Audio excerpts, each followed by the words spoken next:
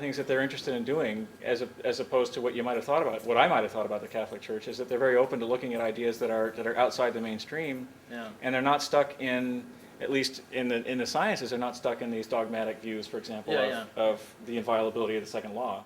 I don't know what they're like on the religious studies side. No, I think it's the same way. I mean, they want people to examine their inner lives and to look at the world in toto, humanistically, holistically, and so you can talk about anything you want, pretty much. More so than at a big university where you'll offend somebody and then they'll clamp you. Right. So there's more academic freedom here, in my opinion, than you have at a public university. Well, we certainly couldn't be doing this work. No, this is a very unusual time and place. We have a big enough university to have support and a small enough university to allow academic freedom. I would have been fired for this at UC. Yeah. Huh. So. What is thermodynamics? Thermodynamics is the science of how heat, work, and matter interact, basically. How does heat get converted into work? How does work get converted into heat? What is its effect on matter? Thermodynamics, if you take it apart, you have thermo, which invokes the idea of heat, dynamics, which invokes the idea of mechanical objects of some sort. So if you put them together, thermodynamics indicates that you're looking at how heat and mechanical objects or physical objects interact along with work. So it's a study of work, heat, and regular matter. And the laws that govern them are called the laws of thermodynamics, and there are 4 of them. The 0th law is basically a statement that you can have a thermometer, you can measure temperature or determine what equilibrium is. The 1st law is conservation of energy. The 2nd law is a statement that can be stated in various ways, one of which is that the entropy or disorder in any physical process, or the entropy of the universe, increases for any spontaneous physical process. The 3rd law is a way of finding a fiduciary entropy. So it's a way of, the way it's stated oftentimes is that, for instance, the entropy of a perfect crystal at absolute 0 is 0, which means that a perfectly organized 0 temperature object in principle has 0 entropy. It's perfectly organized. Any deviation, any rising in temperature or any movement away from a crystalline state will increase its disorder. So it's the 0th and 3rd laws, the one dealing with thermometers and the one dealing with absolute values of entropy, are definitional in a sense. They're there to kind of bracket the 2 central laws, which are the 1st and 2nd. The 1st tells you that energy is conserved. The 2nd one says that the entropy of the universe never decreases. So those are the real information content. That's the real information content of the laws of thermodynamics. Clausius stated it: "De Energie der Welt ist constant, de Entropie strebt an maximum zu," which means the energy of the universe is constant, the entropy of the universe strives toward a maximum. And that pretty much summarizes thermodynamics. Everything else follows from that in principle. But it gets a lot more complicated. I mean, obviously the real world is a lot more complicated and shows more variation than these 4 laws indicate. But nonetheless, the laws of thermodynamics are considered by many to be among the most absolute laws in nature, because they apply virtually to everything. Anything with more than just a few particles, thermodynamics has something to say about it. Why? Well, because when particles interact, they need to conserve energy, or the entire system needs to conserve energy, which certainly is within the purview of thermodynamics. And also, since systems tend to explore the range of possibilities that are available to them, they will tend to inhabit that region of possibility space which maximizes their possibilities for existence, which would indicate a striving toward maximum disorder or maximum possibility, which is somewhat the essence of the 2nd law. So whenever you have more than a few particles interacting, like gas molecules, they will tend to, if you throw them in a box, they will tend to go to a maximum entropy state, rather than collecting, let's say, all in one corner where their order would be maximized, let's say. So nature just tends to go toward maximum entropy states. That's an experimental observation. You can make arguments for it based on probability theory, but ultimately it's an experimental fact. All laws of physics ultimately are contingent upon them being observed in nature. You can't prove a physical law. By the very nature, a law is something that is axiomatic, that cannot be proven. It is something that is simply observed about the world. And you can either, whether you agree or disagree with it, the observations of the world are what they are. Theories you might be able to derive from more basic laws, or in regular observations you might be able to explain in terms of your theories. But but the most fundamental things in science, the laws of science, by their very nature cannot be proven. Otherwise they wouldn't be laws. They'd be derivable from something more fundamental. The laws of nature are not written on a wall anywhere. They're not written on the particles of nature, the atoms or the molecules. They are the invisible rules by which everything operates, apparently. And we have to infer what they are from our observations. They're human constructs about what the universe is doing. Can you give me the definition of the second law one more time? There is no definition of the second law. There are probably between a half a dozen and 24 definitions, depending on how you want to count them. Really? Not all the statements of the second law are compatible with each other. Some are more popular than others. So I can give you maybe the top few if you want to hear those. It shouldn't really be called a law. It should be called a principle in the sense, or a meta law, because it has lots of different definitions and not everyone agrees with what they are. Here's a statement by Drugiego, who was one of the great historians and mathematicians of science. He says, "Every physicist knows exactly what the first and second laws mean, but it is my experience that no two physicists agree on them." That's terrific. Yeah. And that's generally the case. But let me just kind of go through ones that people consider the best and most important. One's called Kelvin-Planck. No device operating in a cycle can produce the sole effect of extraction of a quantity of heat from a heat reservoir and the performance of an equal quantity of work. In other words, you can't take random thermal motion in steam or water or whatever it happens to be and rectify that into some sort of gross mechanical motion, into some coherent motion, without somehow performing work to do that, in which case you somehow have to have created entropy in that process, which compensates for any decrease in entropy in organizing all those molecules in the first place. Can you give me that in simpler terms? Sure. The laws of poker and hell, how about that? The zeroth law, there exists poker and hell. First law, you can't win. Second law, you can't break even. Third law, you can't leave the game. Okay, how about somewhere in the middle about heat and rectification of energy into work Okay. and loss? Energy in the world is conserved. Energy in the universe is conserved. But when any kind of process you carry out,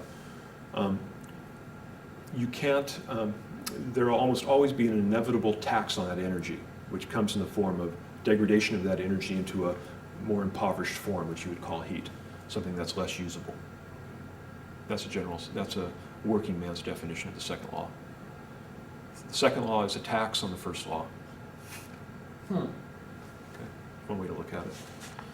Let's see if I can find, here's a simpler one. There are no perfect refrigerators, perfectly efficient refrigerators. There are no perfectly efficient heat engines.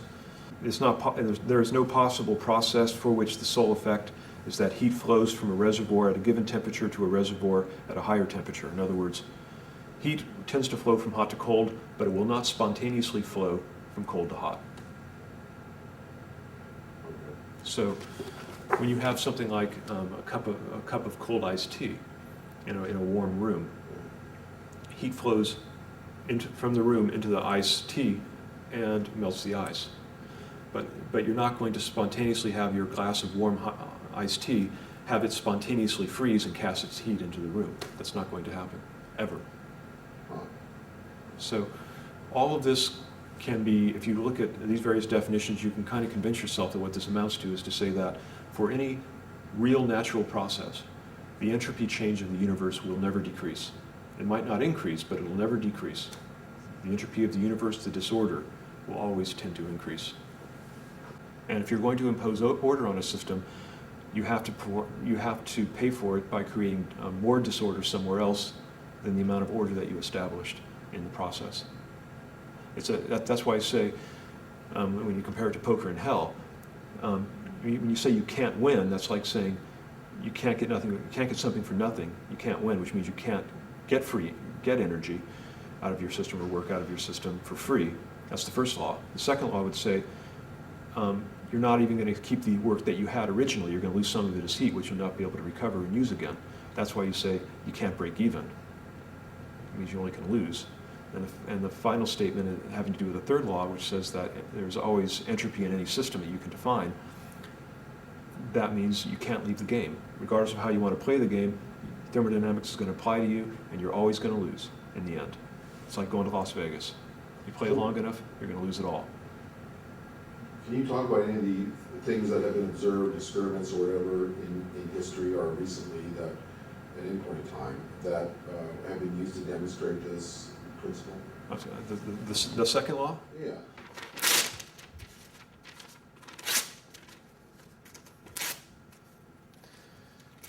Okay, I have a nice neat stack of paper here. Okay, I can throw the stack of paper into the air, and it is possible that it will all fly up in the air, flutter about, and land in a perfect stack on the floor. Right. That's possible. But Tony just laughed. Why? Because he knows it's not going to happen, because he understands intuitively the second law, as does everybody. But it is theoretically possible to do that, and it can happen. But what the second law says is that it's unlikely to happen. Okay? Okay, so anything you do in your life, I mean, maybe with one or two exceptions, and those don't violate the second law, but almost everything you do in your life increases the entropy of the universe. Just the very act of living increases the entropy of the universe. The only way to stop increasing the entropy of the universe is to shoot yourself and lie in your grave and decompose. When you're all done decomposing and reach equilibrium, you're not increasing the entropy of the universe anymore, and that's the only way to do it. It's a no-win situation. You're always going to lose energy into heat, which is why we keep eating. In order to motivate our coherent mechanical motions of our arms and legs and our minds and everything else, we have to keep feeding ourselves with chemical energy and burning it with oxygen from the air. And by constantly feeding ourselves, we can get work out of the system and out of our systems and do mechanical work. But in the process, we're generating all sorts of entropy. We're only maybe 20% efficient. The rest of it goes into heat, maybe more than that. But we're incredible entropy generators. Life itself is the second law's greatest ally, because by the act of living, we're constantly driving cars, we're building nuclear bombs, we're burning fossil fuels, we're cleaning up our rooms. Everything we do, everything about life generates entropy, far more than the chemicals, the inert chemicals, if we were to be decomposed into inert chemicals, would do themselves.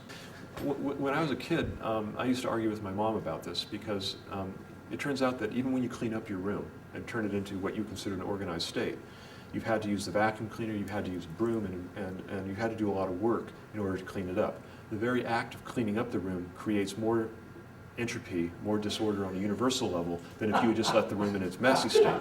So I used to you must have been so hard on me. So I said, Mom, look, if I don't organize my room, then I'm saving the world from a disorganized heat death.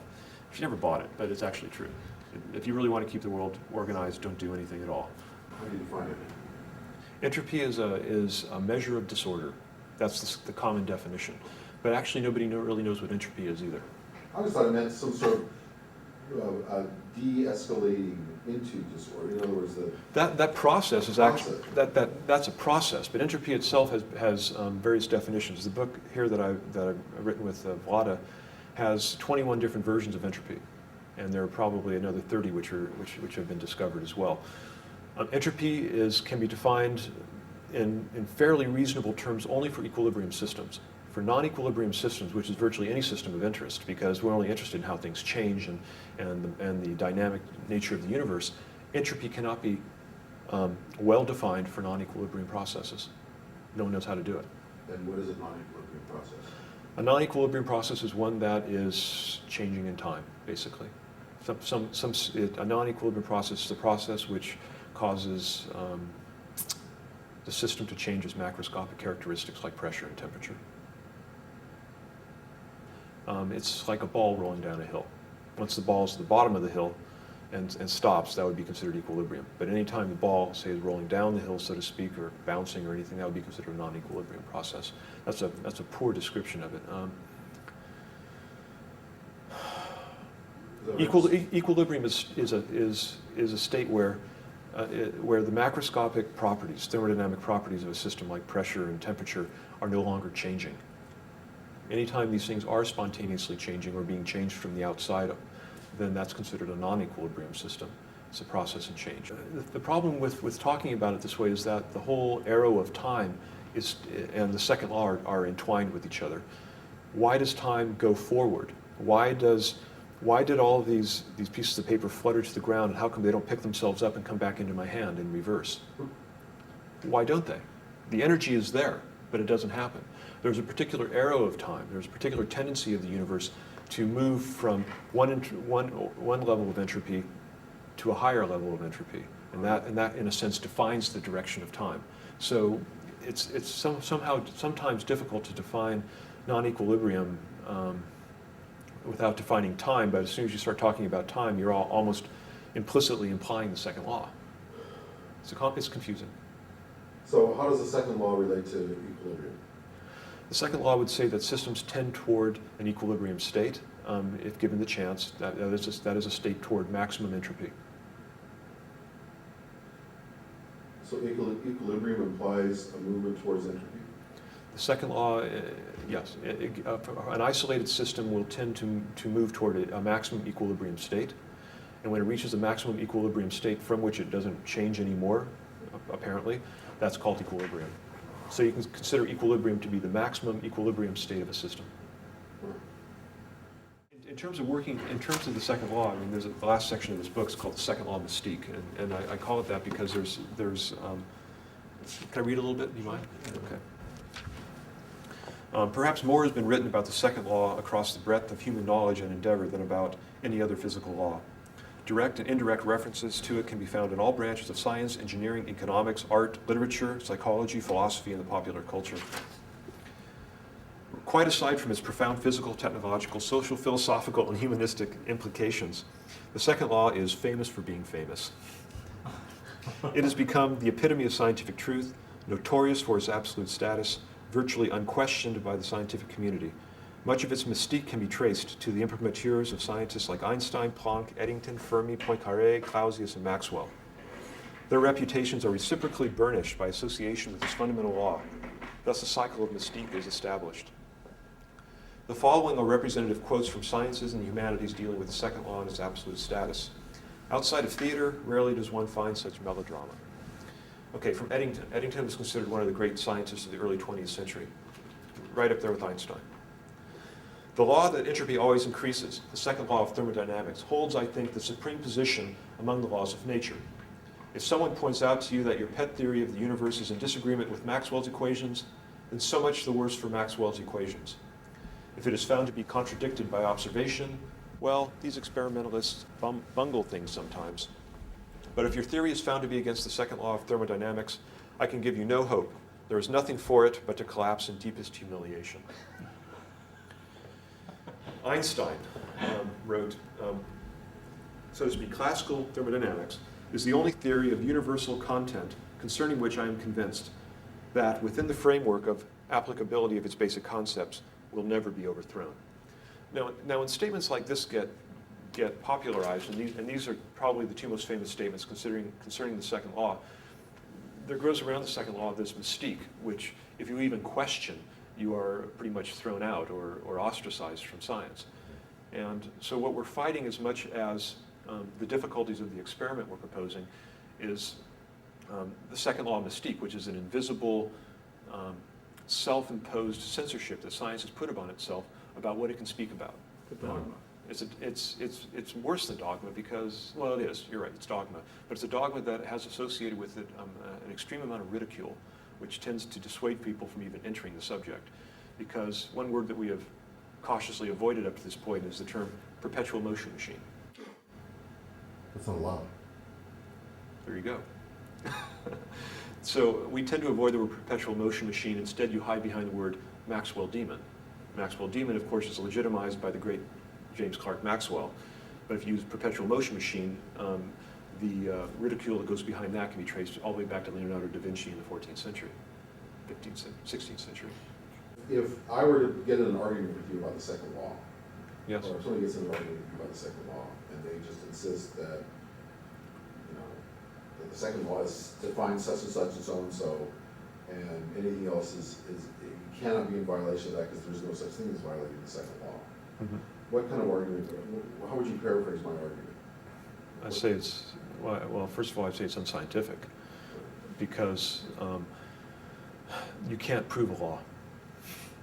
By the very nature, you can't prove it, you can verify it. You can observe it over and over again, but if you believe Popper, for instance, and this is somewhat simplistic, but Popper would say, the only valid laws of nature are always intrinsically falsifiable, which means that if you can't find if you can't at least come up with a, well, how should I put it? To claim that a law cannot be violated really doesn't make sense, because a law is only a law if it has a possibility of being violated. In other words, you have to, a law is an observation about the world. And it is true as long as it keeps being observed in the world. As soon as it stops being observed in the world, or as soon as you find an exception, then you can say that it is no longer a law or needs some sort of modification. And can you talk to me a little bit about Maxwell and what he observed and what his involvement was? Well, Maxwell didn't really, Maxwell was a theoretician primarily, but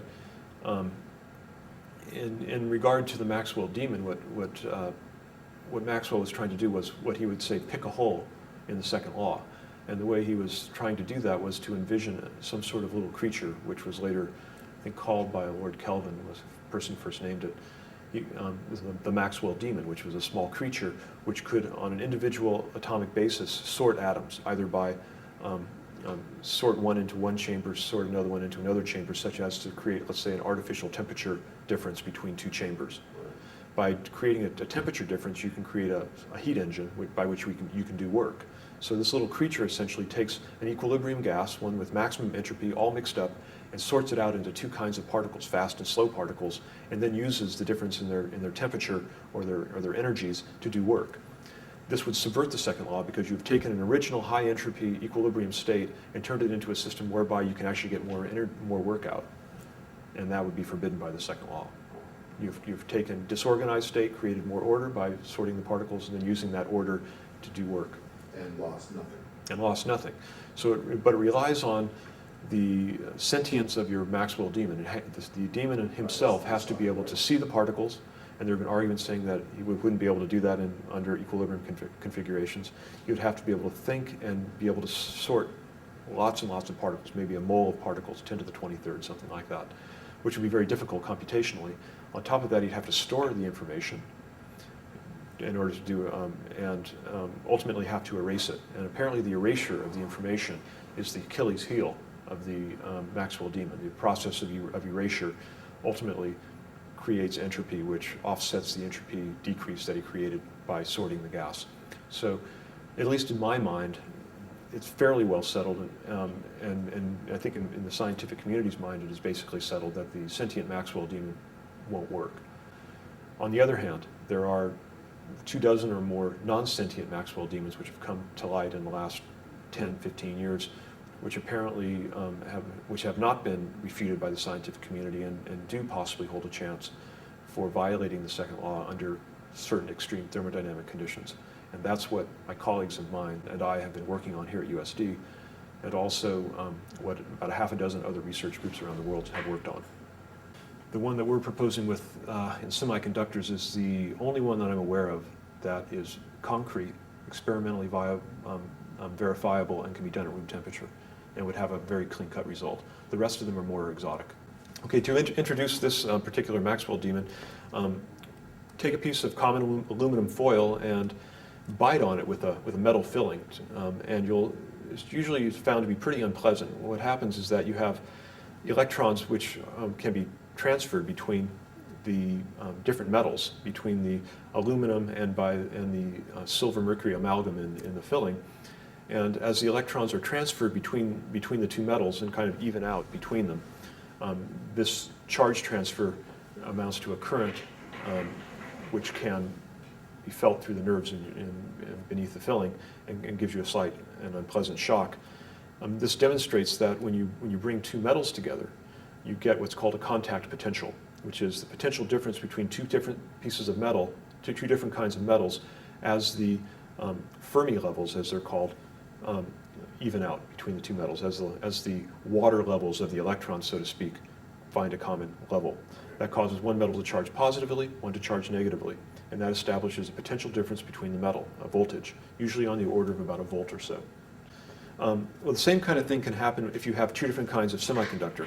Semiconductors, of course, are ubiquitous in society. They're things largely made out of silicon. They're small, very small devices, and they're doped. That means contaminated with very small impurities, 1 part in a million or so of impurity elements. There are two basic kinds of impurities, ones which render up electrons into the silicon lattice, and ones which create positive holes in the silicon lattice. The ones that liberate extra electrons into the lattice are called N-type semiconductors, and these would be created by doping, let's say, 1 part in a million or so into the silicon of something like phosphorus. On the other hand, if you were to dope it with a different element, something like boron, that would create excess holes in the lattice. And you can create two different kinds of silicon, one which is N-type and one is P-type. And if you were to join them along an interface, the ones with extra free electrons, these extra electrons can diffuse into the positive or the P-type silicon, and the holes from the P side can diffuse into the N side. This cross-charge diffusion creates a charge imbalance across a very small region called the depletion region, where you have positive charges here, negative charges here, and this creates an electric field in the silicon and a potential difference between these two pieces of silicon, which is on the order of about a half to a full volt. Is this a common occurrence, or is this something with specially doped silicon that you have? Not at all. This is found in your electronic watches, your computers, anything that has a transistor in it. This is what's called a PN diode or an NP diode.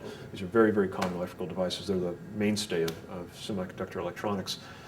This process is well known, understood theoretically, and verified experimentally. There's really no question that this occurs, at least within the scientific community presently.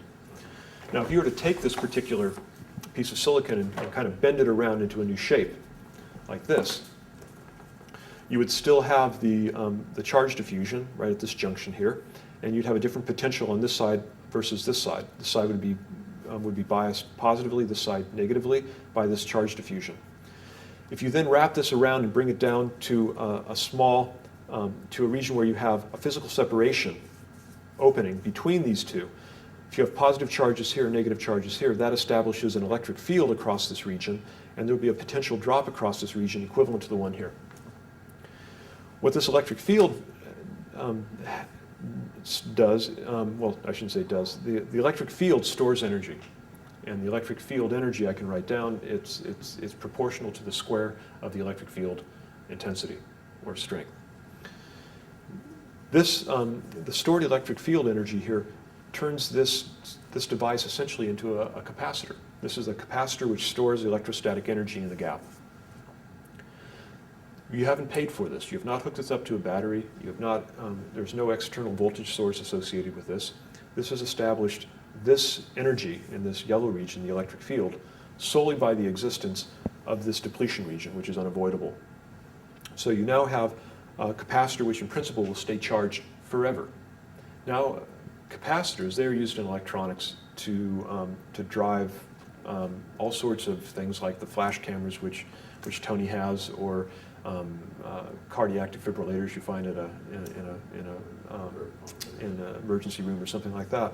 And what a capacitor does is that it stores electric field energy.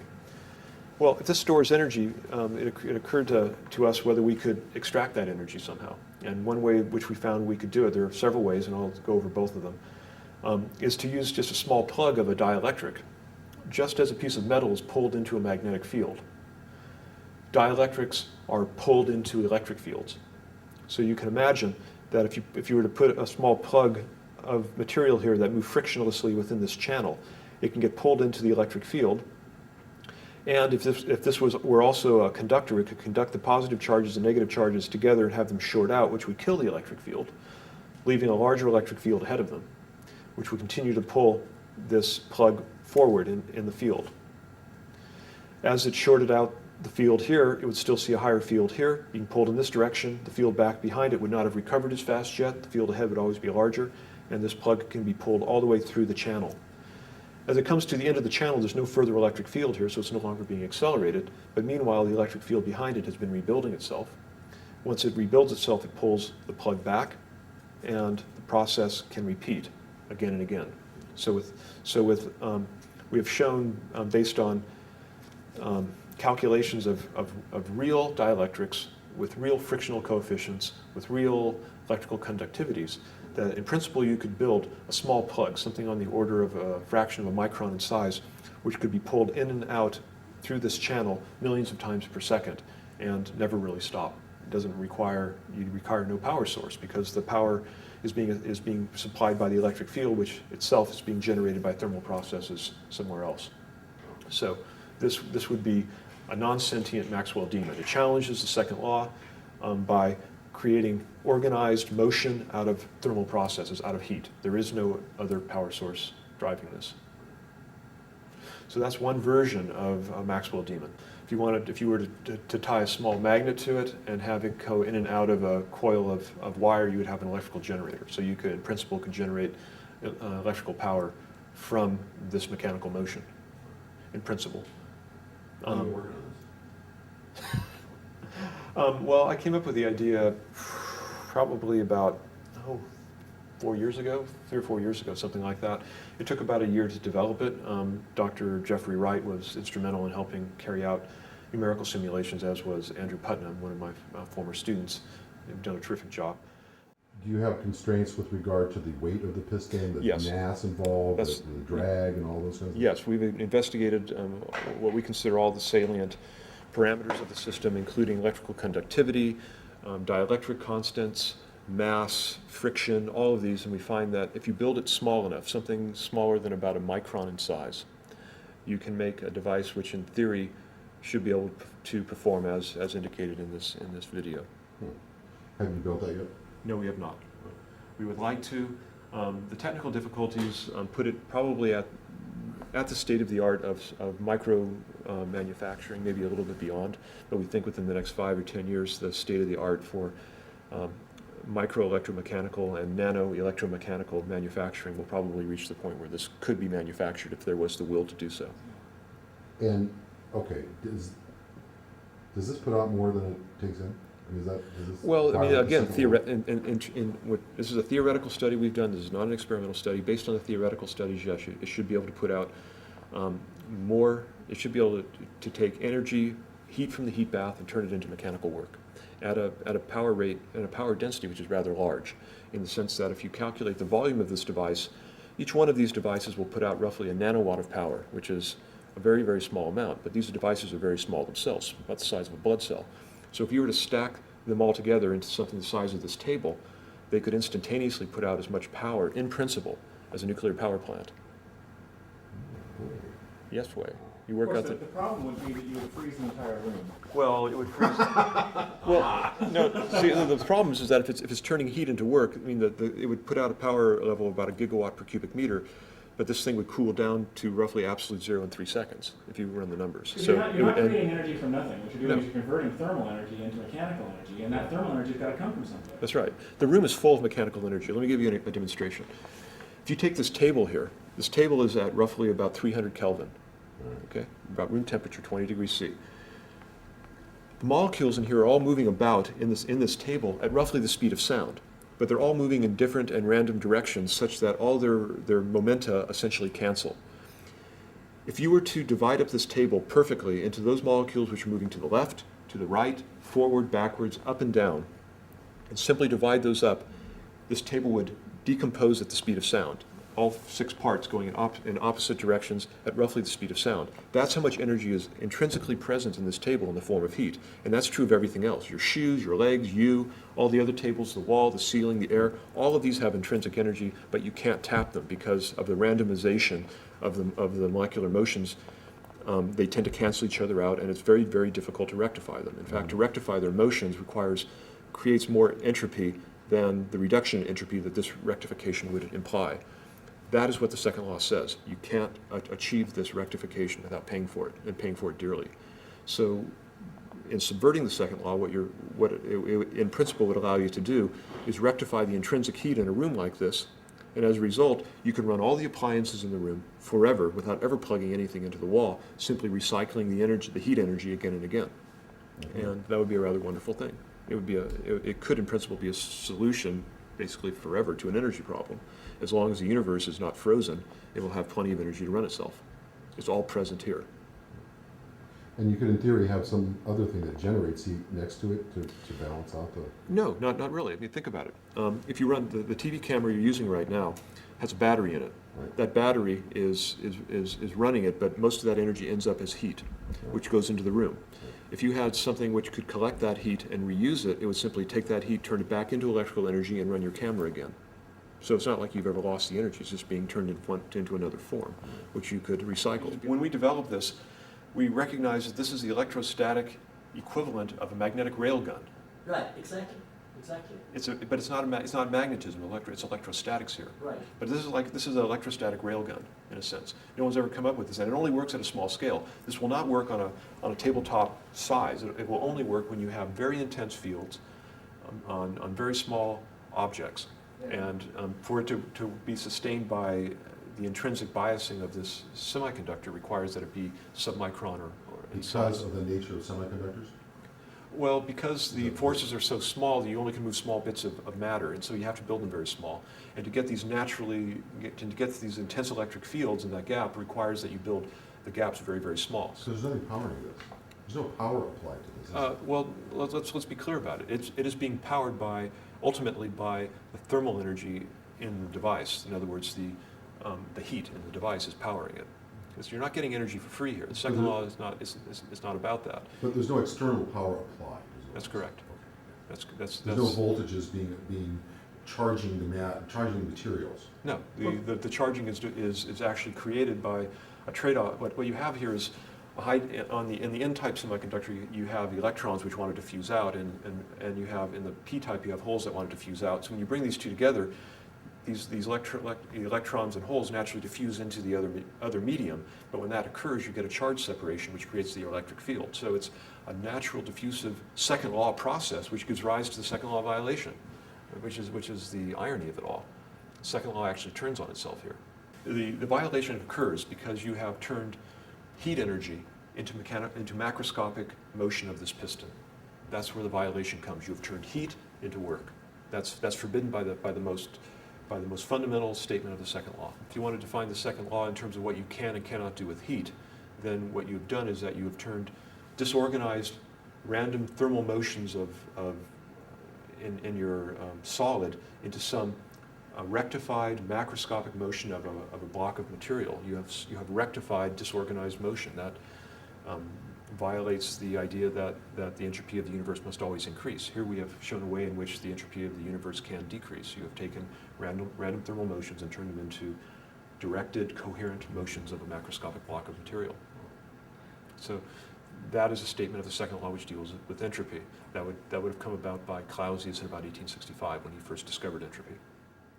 A couple of years ago we hit on an alternate form of this, which actually is superior to it because you can build it more easily. This one requires very fine micro-machining of parts. A simpler version, which we're actually in the process of building prototypes for, is this, where you have the same basic idea. Again, a P-type semiconductor, an N-type semiconductor arranged such that you have a positive and negative potential established between the two regions. Again, the yellow corresponds to an electric field in a gap between an N and P region. We call this the hammer. We call this the anvil. These are very thin slivers of semiconductor which are flexible. Silicon is known to be make very good springs, and these are cantilever springs. So this is a cutaway two-dimensional drawing of it. Imagine you have positive charges here and negative charges here. Under these circumstances, these positive charges would be attracted to the negative charges, and presumably this could pull down the N region, stretching these springs, causing the N region to come down, touch the P region, and short out. Once it shorts out, the electric field has been obliterated, and so there's no longer a pull downward. This material then is released. It gets pulled up by the springs. Meanwhile, the electric field can rebuild in the gap by the same thermal processes that created them originally, and then then the attraction would occur again, and the hammer would be pulled down to the anvil, touch, discharge, come back. Now, we have done a number of simulations which using realistic physical characteristics of silicon and p-n diodes, and we find that if you can match the time scale over which the electric field rebuilds, which we call the electrical time constant, which should be on the order of tens to hundreds of nanoseconds.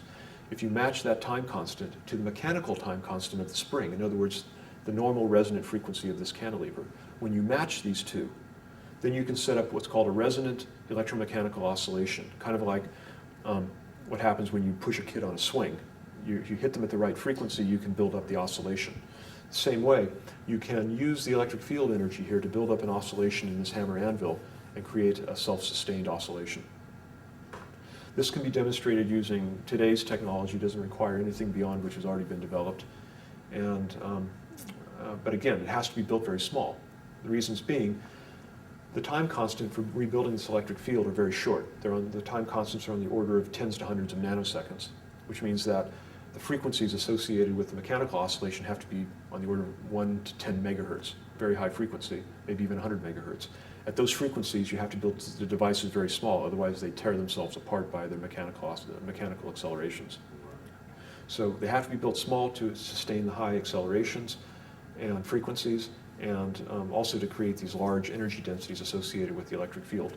So overall, this thing has to be built probably on the order of about 1 micron in size or smaller to make it work.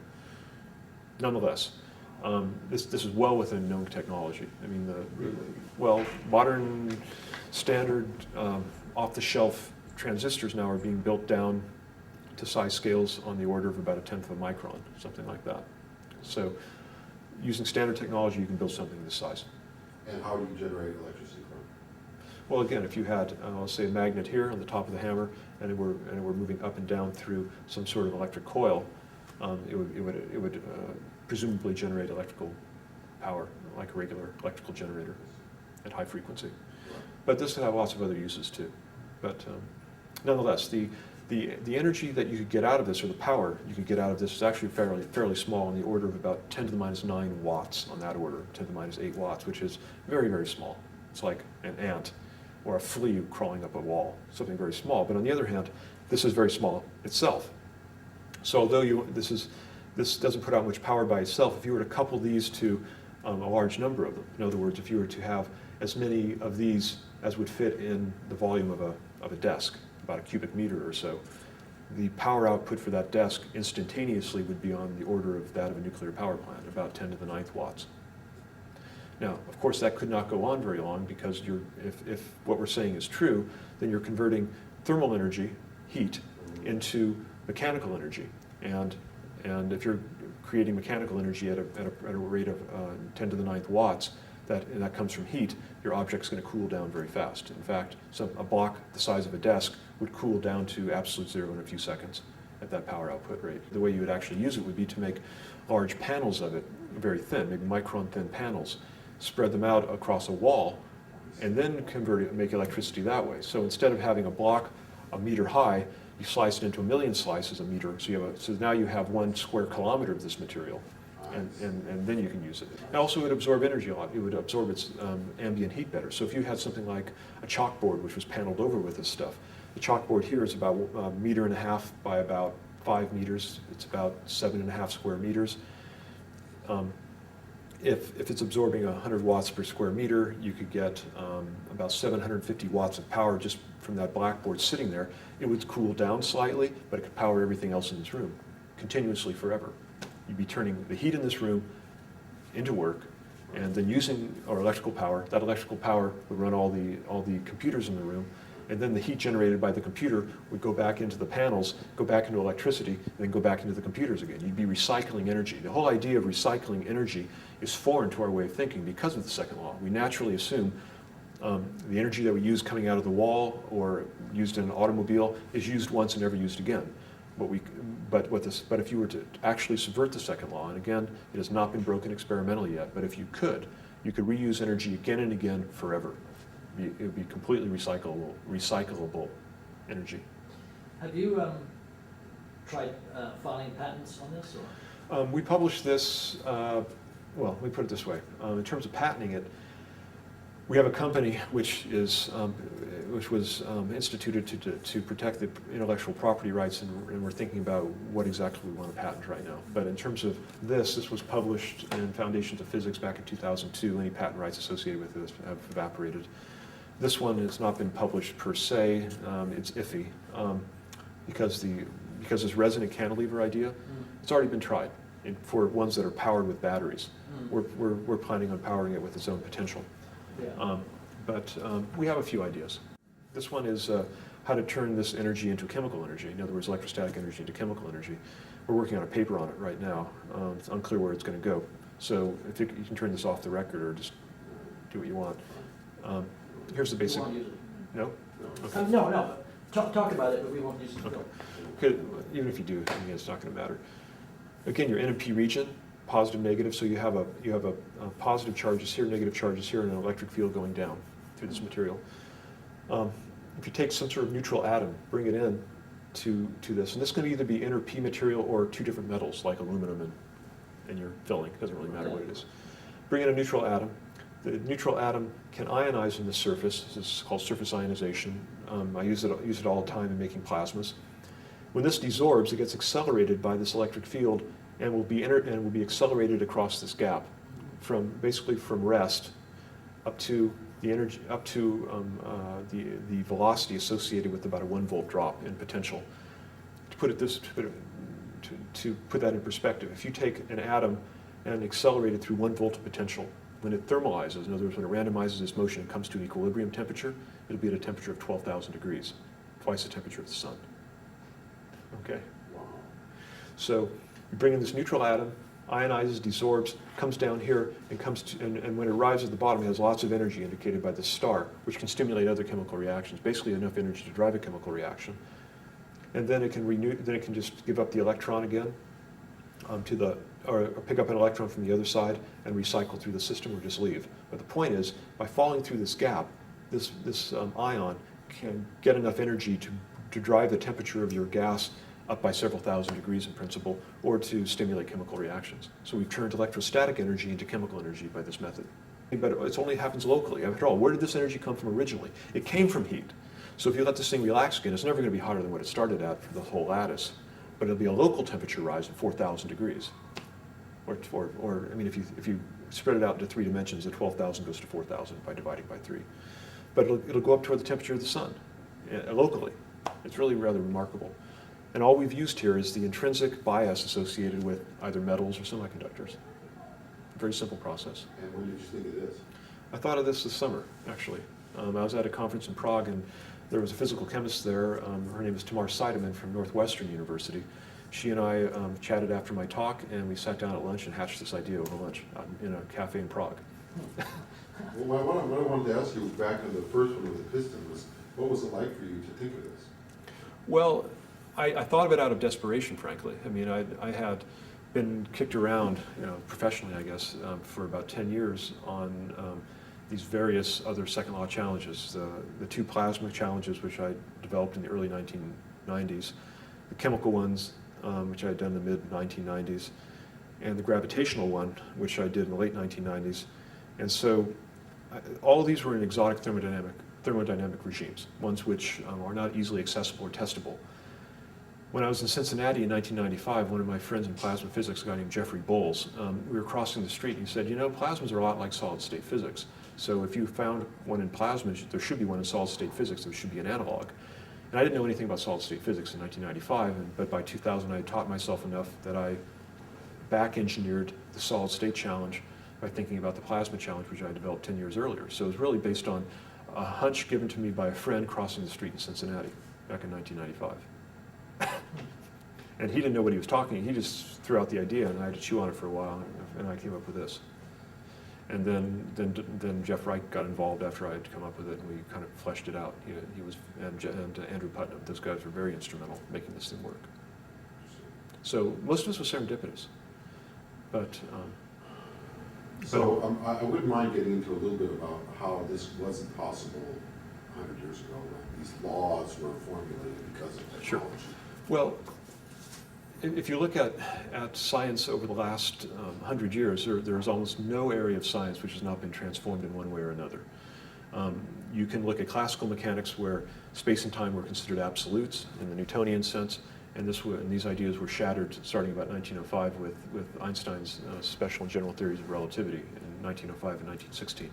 So the ideas of absolute time and space have been revised. Our ideas about the corpuscular solid nature of matter has dissolved under the development of quantum mechanics, where solid particles now become waves. Our ideas about determinism have been undermined by chaos theory.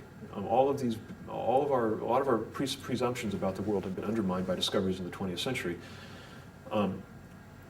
But thermodynamics, which dates back 150 years, was virtually untouched in the sense that people were unwilling to look at the laws of thermodynamics seriously in light of developments in the 20th century and see whether they still applied.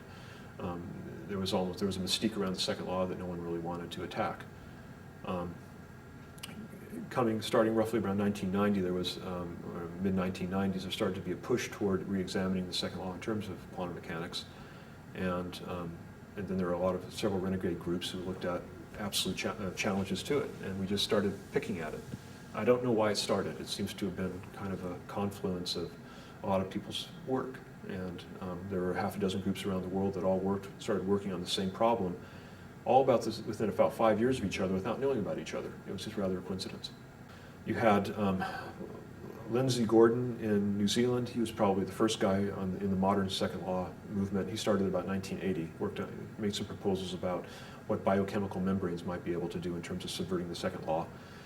These articles were largely stillborn. They were more or less ignored by the scientific community. Early 1980s, Jack Deneur from Texas made some proposals about rectifying heat. These were largely ignored. The first stuff, and the new stuff in the 1990s was from San Diego. We proposed about a total over the last 10 years of about 5 different challenges in different areas: plasma physics, chemical physics, gravitational physics, and solid state. There was work by Vlada Čapek from Charles University in Prague. He proposed about 8 or so theoretical challenges which are based on quantum mechanics. And he was looking at membrane pumps and noticed that quantum mechanical rules allow subversion of the second law, basically violating what's called detailed balance in quantum mechanics. A group in the Netherlands and Armenia, Nieuwenhuizen and Alaverdian, showed that quantum mechanical entanglement, which is all the rage now in quantum theory, can give rise to second law challenges as well. They came up with 2 or 3 of those themselves. You also have work by Peter Keefe in superconductivity, where he proposed a very simple mechanism whereby you can use the quantum mechanical superconducting transition to create a small engine, which he calls a magnetocaloric engine. This is closely related to work by Alexei Nikolov, who was looking at with currents driven in superconducting loops, mesoscopic superconducting loops. So there's a whole slew of different challenges out there right now, and there appears to be no general rubric under which they fall. They're all individual challenges. Some of them are related to each other, but there seem to be different groupings, but no overall vision of all of them. No one really knows what connects them all, aside from the fact that they all seem to turn disorder into order spontaneously. In July of 2002, we had what's called the first international conference on quantum limits to the second law, and that was held here at the University of San Diego. We brought together about 120 researchers from 25 countries around the world, and it was the first conference, to my knowledge, in history to discuss the possible violation of the second law or challenges to it. Again, none of these challenges have actually been experimentally verified yet, although there have been corroborative experiments on several of them indicating that the basic processes work. In other words, you could show, for instance, that superconducting transition occurs in a certain way which would be favorable to second law violation. Or my plasma ones, I've conducted high temperature plasma experiments which show a voltage the way you'd expect for second law violation. But it's one thing to show the underlying processes work. It's another thing to actually get useful work out of the system. That's the trick, is to cross all your T's, dot all your I's, and cover all your bases as to where all your heat and work went and balance everything out. It's very difficult to do that in experiments and make an airtight case. But I think there's enough corroborative evidence right now to seriously question the second law. And your piston idea would be an example of the kind of demonstration that you're Sure. looking for. And this one, I think in particular, the resonant cantilever, if you could build this thing on the size of a blood cell or so and you started oscillating, if it just keeps oscillating forever and doesn't stop, something's fishy going on. I mean, assuming you're not driving it some other way. So you'd have to isolate it from all sound sources, all vibrational sources, all electrical sources, all electromagnetic sources. And then you'd have to do a lot of follow-up tests where you slowly make other ones with less doping and see at what point it fails. You'd build up a case that the second law is viable. The second law is so Loctite and believed by the scientific community that the standards of proof of second law violation are extremely high. And so you couldn't just simply make something that starts vibrating and expect people to believe you. You'd have to do all sorts of different tests and garner and gather enough evidence such that so that any objection anyone raises, you can counter with experimental evidence. When at last you have countered every possible exception and every possible caveat that occurs to anybody, such that they have no further way of arguing against you, then intellectual honesty dictates that they must agree that the second law is viable. But until you exhaust all of these caveats, you're not going to convince the scientific community of the truth of this. Once you get through all the exceptions and you prove it out, then they just get pissed off and slam the door and you start. Well, they might do that, but on the other hand, if you market this thing and people start buying it and they start creating home power using this, and they're not paying any power bills, then I think people will start paying attention because then the proof's in the pudding. The second law is an experimental observation, so you have to experimentally prove this. You can't simply do as we've done so far and simply write it out on paper and say it should work. That's nice and fine, but maybe nature has a trick up her sleeve which is going to keep you from making this thing work, and you don't know what it is until you try it. That's also true. And ultimately, scientific truth is determined by experiment. Theorists, well, let me put it this way, God is an experimentalist. After all, he created the world. If he had been a theorist, he would have written down the equation only and gotten the sign wrong. And so I truly believe that ultimately truth is determined by experiment. Theory can certainly help you out to understand it, but it's not going to determine truth. Experiment determines truth. And so I'm absolutely adamant about this. The second law is inviolable until it is violated. Right. What were some of the things that they observed back in the steam engine days that caused them to formulate a second law? Well, the most obvious is that you throw in a bunch of wood into your steam engine or coal with water in it, and you burn all the wood and make steam, and you get a certain amount of mechanical energy out. And when you're all done, everything's a lot hotter, and you can't seem to use that burned up wood again. That's the most obvious observation. You get some work out, but you've created a lot of heat and a lot of entropy ultimately. And you can't get it back. Once it goes off into the atmosphere and the heat dissipates, you can't gather it back again and use it to drive your engine. That's an observation about the world, and it's a very powerful one. It stood all experimental tests for the last 150 years, and before that even, if you want to look back further. So the second law is a very, very powerful and useful law. The question that we're raising is, are there ways of subverting it in subtle ways, which may be useful to humanity and to science ultimately in other ways? Are there any more obvious ways in which it gets subverted in naturally in observable conditions in nature? Subverted? To my knowledge, there are no. I mean, if there were known subversions of the second law, it would not be a law in the same sense that it is now. It would not be the second law would not be absolute if we actually knew ways of subverting it, or if it was agreed that it was subverted already in nature. The way the sun works doesn't subvert it. No, not at all. Stars work or that. No, the stars are tremendous entropy generators. Tremendous entropy generators. In fact, it's only by these gradients in entropy that you have life on this planet. I mean, the fact that the sun is a black body radiation source that is at about 5,700 degrees Kelvin, casting heat on this planet, and that we degrade into and use in photosynthesis, solar energy, and so on, and then discard, then run our machines and discard that waste heat back out into space. we're always creating entropy in the process, but it actually is a continuous down conversion of the quality of energy as it comes from the core of the sun to the surface, to Earth, back out into space as heat, that keeps this place running. If you didn't have this gradient in entropy, where the entropy is increasing all the way down the chain through all these reactions, we would be essentially at equilibrium now and we'd all be dead. So it's the... Well, or hot and dead, doesn't matter. If you go to the core of the sun, you can be hot and dead. But the point is, it's only by the continuous non-equilibrium degradation of high energy sources into lower quality energy sources and heat, or higher entropy, that the world progresses from one state into the other.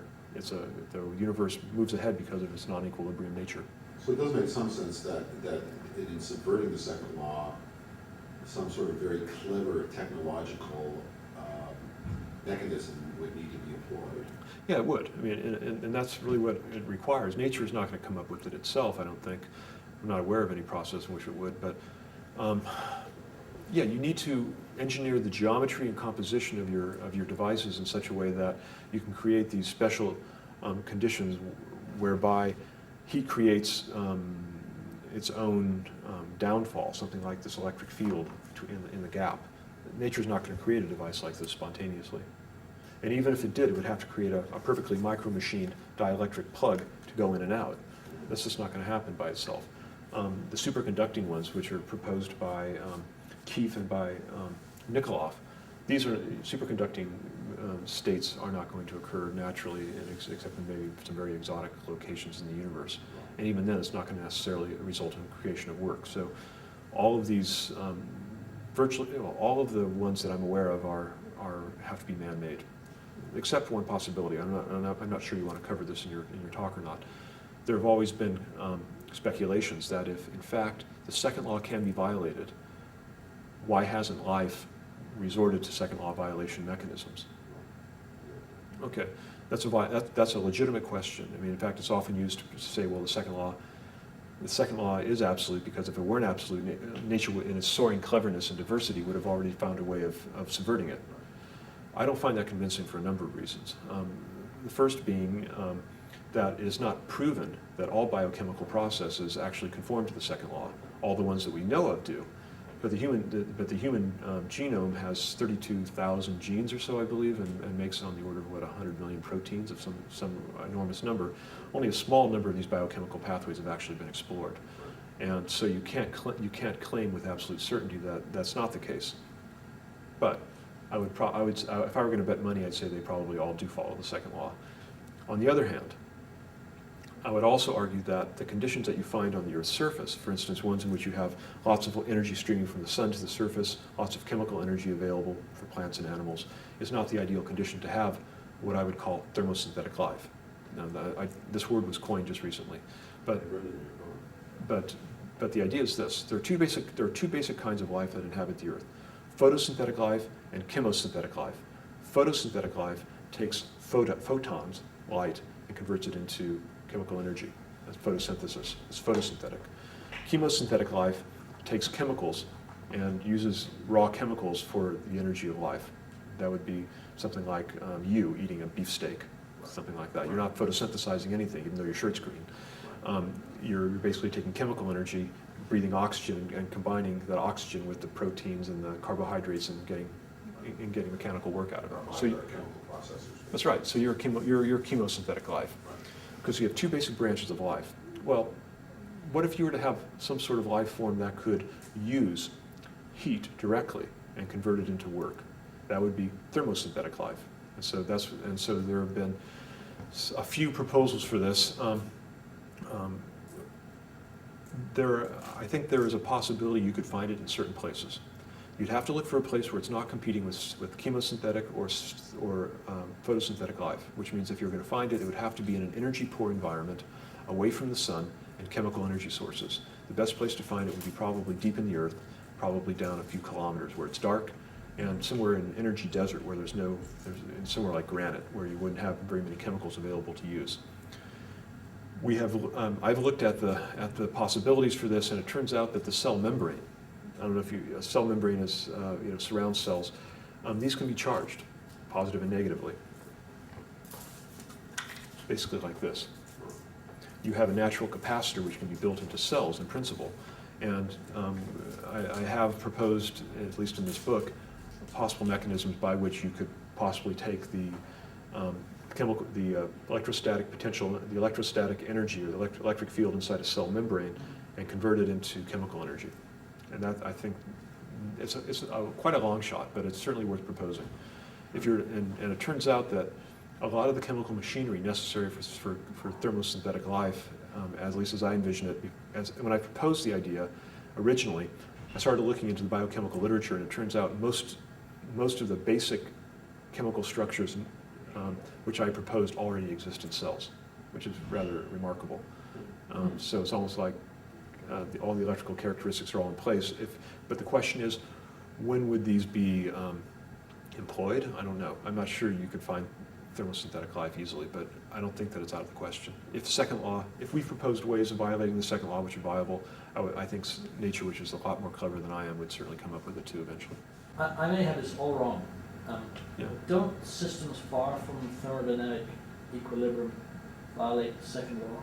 No. I'm thinking of something that, again, I may have this completely wrong, but didn't Prigogine? Prigogine, right. Prigogine, wasn't he involved in this? Yeah, he was looking at systems far from equilibrium, but his claim was that this movement of systems far from equilibrium into organized structures, like life itself, right, can occur only if they're driven. In other words, only if you keep feeding energy in, can you keep these organized structures going. right. And so the non-equilibrium aspect of them is there certainly, but they are large entropy generators also. So he would not he would not support necessarily the violation of the second law in the way we did. On the other hand, he wanted to come to the conference but was too sick to come. Yeah, he's passed on now. That's right. He sent one of his students instead. Okay. Yeah, but he wanted to come to the conference. He was very interested in this because of his interest in thermodynamics and in organized states. But my impression... He was a Nobelist, wasn't he? Yes, 1977, I believe. Yeah. But my impression of my readings of his work, he would not himself subscribe to violation of the second law. Yeah. What motivates you to you've been motivated this for a long time. You said you saw your dad about this. What motivates you? What motivated me? To get into this? I grew up with the second law, being the son of a physical chemist, and it's always been in the background growing up. It's always intrigued me. It's a deep subject which touches almost every aspect of our lives. I did it more or less as a challenge, I have to say. It was in the early 1990s, Zurek and Bennett and other people had come to the conclusion that the Maxwell demon would be foiled by his own erasure of information. And that made big news at the time, that the Maxwell demon had finally been slain. And I thought, well, that seemed rather obvious what they were doing. I wonder if the second law really can be violated in a different way. And so I started thinking about it. And one thing led to another, and I started coming up with some ideas with chemical challenges and plasma challenges, and it just kind of led from there. I did not wish to be in this field as long as I have. I expected to be in it for just maybe a few years, but in seeing the extreme resistance and hostility of the scientific community, I dug in my heels and said, I'm not going to take this. And so I just continued to work in the area to try to justify the ideas. And it just so happened that at the same time, several other groups were working in the area as well, and they made headway, and we reached a critical mass, at which point we could actually have a conference. And then that starts to legitimize the field. This conference proceedings is actually published by the American Institute of Physics, which is the main conference proceedings publisher in the United States, maybe the world. Just having a conference which is published by AIP adds legitimacy to the question, which it never had before. So I think that was important. I'm proud of that. But I think at this point there are so many questions surrounding the second law that no honest scientist can legitimately dismiss second law challenges out of hand anymore. It's intellectually untenable to do so. And it's now a political struggle to gain enough visibility and enough converts to get it actually examined carefully. Certainly a handful of scientists, maybe a couple dozen of us who are actually in the challenging business could be squashed by the scientific community or more easily ignored. But I think ultimately people are going to have to come to grips with the second law, particularly if somebody comes up with a real challenge, a real violator experimentally. they're going to say, well, why does it work? They can't simply ignore that. I mean, it's one thing to ignore theory, it's another thing to ignore experiment. So we're just plugging away. That's all I can say right now. We're just biding our time and waiting for things to develop, working as hard as we can, but ultimately it's a political struggle. I have another question, or more a question of observation, and it pertains to, I mean, I think we're all agreed that there is, the vacuum possesses a huge amount of energy in it. I don't, yeah, again, that's a theoretical prediction. It has not been measured, so. Right. Okay, it's predicted to have high energy content. Fair enough. Okay. Now, hypothetically or theoretically, assuming that prediction is correct, Yes. how would the second law, the rigid application of the second law, impinge on any theoretical ability to tap into that energy or transduce that energy? I'm not really aware that the second law would put a monkey wrench in the utilization of vacuum energy, assuming that it exists. Yeah. Because the vacuum energy itself would represent a new, in a sense, untapped form of energy we haven't been able to actually draw out and use. So the second law really doesn't directly speak to that. That would be more in terms of conservation of energy or the definition of energy. So if vacuum energy exists, it would go into the category of a new kind of energy. Like, originally there was only one kind of energy thought that existed, mechanical energy. And then with the discovery that heat constituted molecular random energy, random motion or heat or something, that heat was a form of energy, then you throw heat into the category of energy also. Then just to boot, you throw in chemical energy. Then when you find out that you can convert mass into energy, you have mass energy. Then when you find the vacuum has energy, you call that vacuum energy. You keep adding new kinds of energy into your definitions of energy, all of which apparently can convert one into another. Right. But I don't know anybody who can give a perfectly suitable definition of even energy. I mean, Yeah. Energy is something that you can, in principle, use to make things go. Maybe that's the best way to put it. But they're interconvertible. That seems to be a property of them. But I've never heard anyone give me a suitable definition of energy. So it's funny because you talk about all these absolutes in science. Second law is absolute. Entropy is always increases, and energy is conserved, but no one can even define what they're talking about necessarily. It's a lot naughtier than people think. When a lot of people think scientists think in terms of absolutes, well, scientists are artists. They have a view of the world which is often very personal, and my view of the world is my personal view of the world, which is more or less orthodox. I mean, I agree about most things with most people in the scientific community, but I'm not orthodox when it comes to the second law. Only in as much as I think that there are regimes where it can be violated. For the most part, I would agree with everybody that the world is free of second law violations. The only place that I run into trouble with everyone else, is that I say there might be places where you can subvert it. It's a very small thing, but it turns out to be very important to a lot of people because they would prefer to have absolute certainty on this issue, and I'm not willing to admit that yet. Can you take another shot at giving me a 6th grade level definition of the second law? The second law is the tendency of the universe to increase its disorder. Now that's different than the conservation of energy. So That's right. Conservation of energy just says what you start with in terms of energy, you end with. That's all conservation of energy says. You can turn your energy from one form into another, from work into heat, from heat into work, to a certain degree. You can have gravitational energy, you can have chemical energy, you can have rest mass energy, you can have vacuum energy, you can have spring energy, you can have all different kinds of energy, and they might be able to interconvert. But whatever you start with, even after they all transmute into each other, what you start with, you end with. That's all the first law says. The first law just says you can't destroy it, and you can't create it. You just have what you have. The second law tells you that whatever the energy that you start with tends to degrade, and you can't regrade that energy into from a non-useful form to a useful form very easily. There's so many different ways of stating the second law that no matter how I state the second law, I'm going to miss something. So I'll give you I can give you 21 different definitions if you want, but it's kind of like to me, it's almost like a pointillism painting. I mean, you can stand back and look at all the definitions and you have a good view of what the second law is. But you try zeroing in on one little definition of the second law and you got a point and you lost the picture.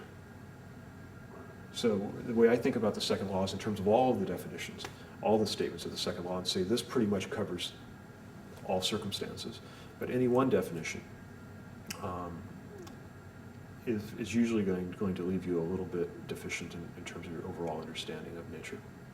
I think there are probably the two key definitions of the second law, or two key formulations of the second law. One deals with entropy and one deals with heat and work. These are probably the two basic ways. In terms of entropy, you would say, for any spontaneous process, the entropy of the universe does not decrease. In terms of heat and work, you would say, there is no physical process by which you can turn heat solely back into work. So one's terms in terms of heat and work, the other one's is written in terms of entropy, but they're somewhat equivalent, probably not exactly. And in electricity, how does that fall into place in terms of electrodynamics? In terms of the second law? Yeah. Well, if you put electricity through a resistor, for instance, the resistor heats up. That electrical energy, work would be I squared R, or V squared over R, whatever.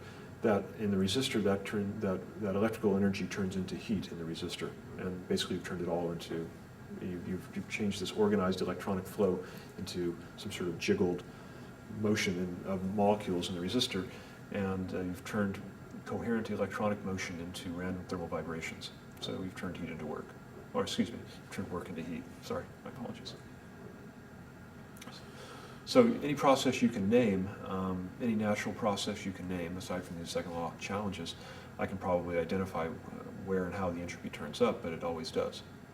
And it's not, and throwing up all this paper into the air and letting it fall down illustrates that. This is a standard kind of process. No matter what you do, if you throw water up in the air, it's going to splash all over the place. If you just leave water sitting on the table, it's just not going to sit there. It's going to evaporate and fill the room, which is a more disorganized state.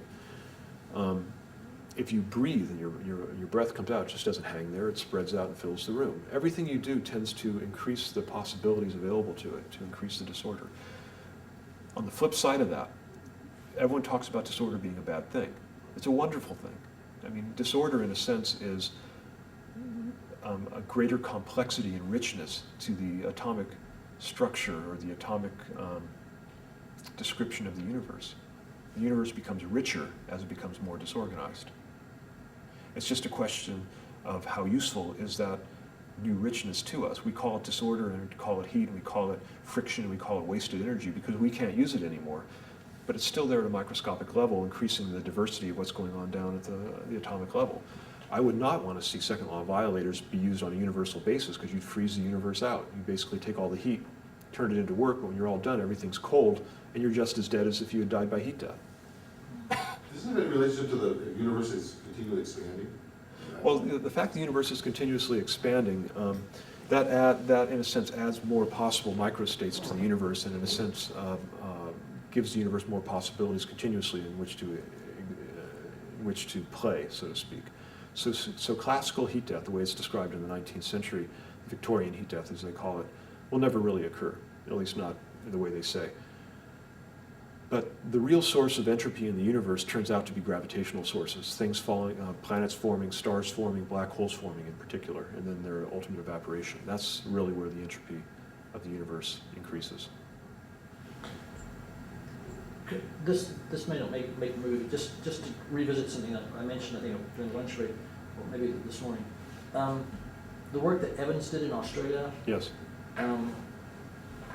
How does that relate to? I mean. Well, the work by Evans fills out the picture about how entropy changes occur at microscopic size scales, and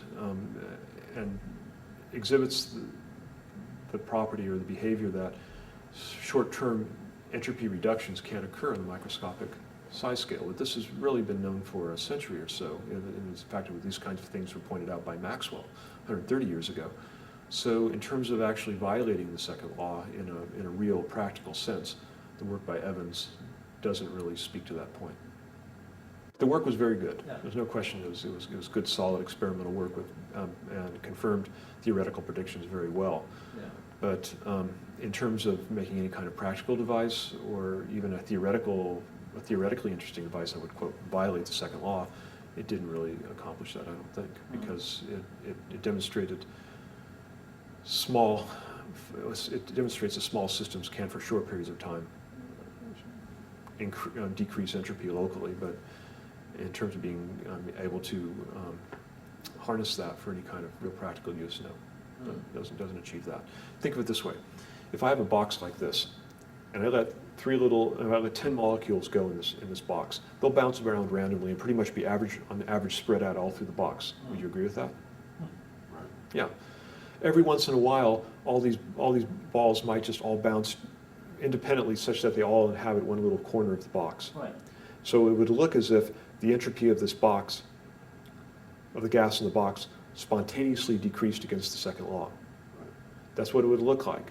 And you could claim that, in fact, the entropy of these particles all in one corner of the box is less than spread out all over the box, certainly. But you could not have predicted when that was going to occur.